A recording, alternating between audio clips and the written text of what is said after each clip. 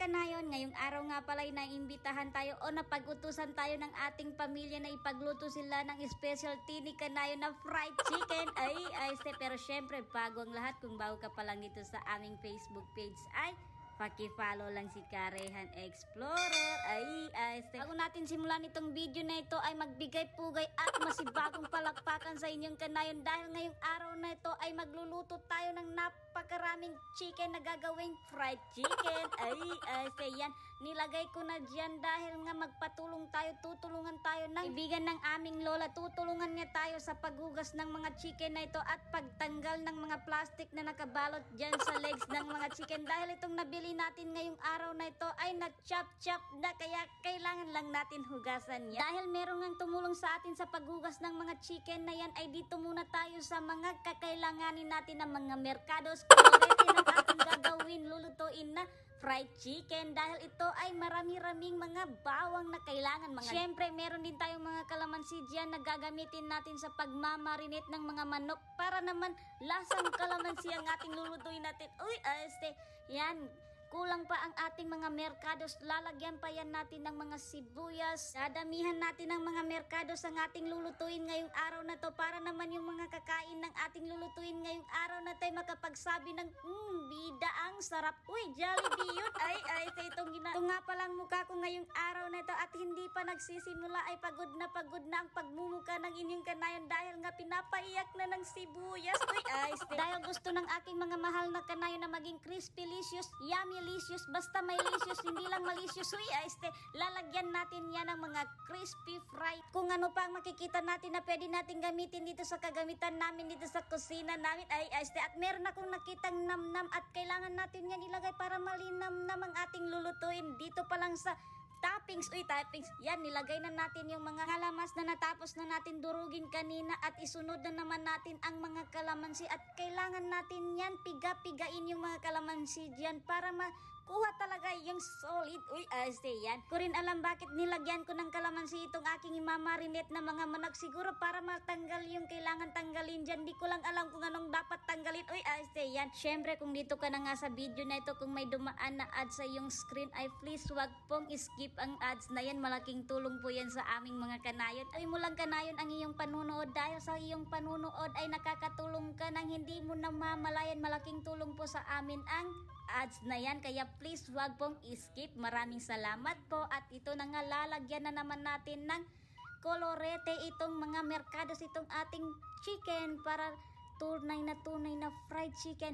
Malamangan pa natin ng Jollibee. Hindi naman siya ganun. Mas masarap talaga ang imekas-mekas ng kanayon ninyo.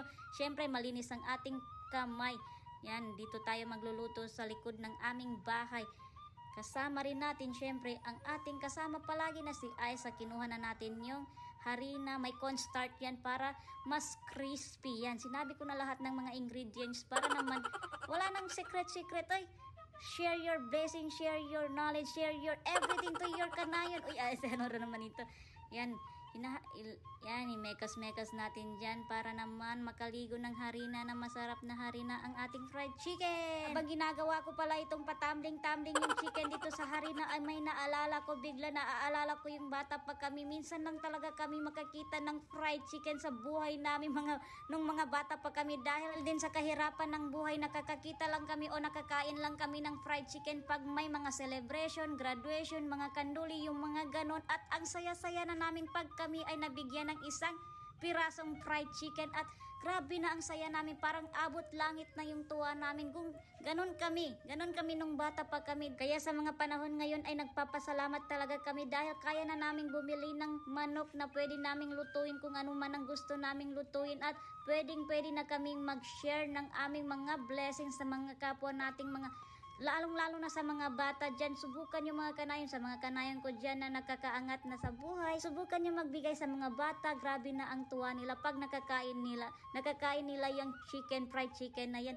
Dahil minsan pag ako'y nagbibigay sa mga bata, pag nakikita ko yung mga kasayahan sa mga mata nila, ay parang bumabalik ako sa pagkabata, parang ako yung bata na binibigyan ko. Kaya sana kung kaya natin yumaman, magpayaman tayo ng todo-todo para marami tayong matulungan at marami pa tayong mapapasaya ng mga bata, mga tao, mga kapwa natin, inshallah. Pansin ko lang talaga ngayong matanda na tayo, kahit saan tayo, trabaho doon, trabaho dito, mamaya naging negosyante na naman si kanayo ninyo, ngayon tagaluto na naman.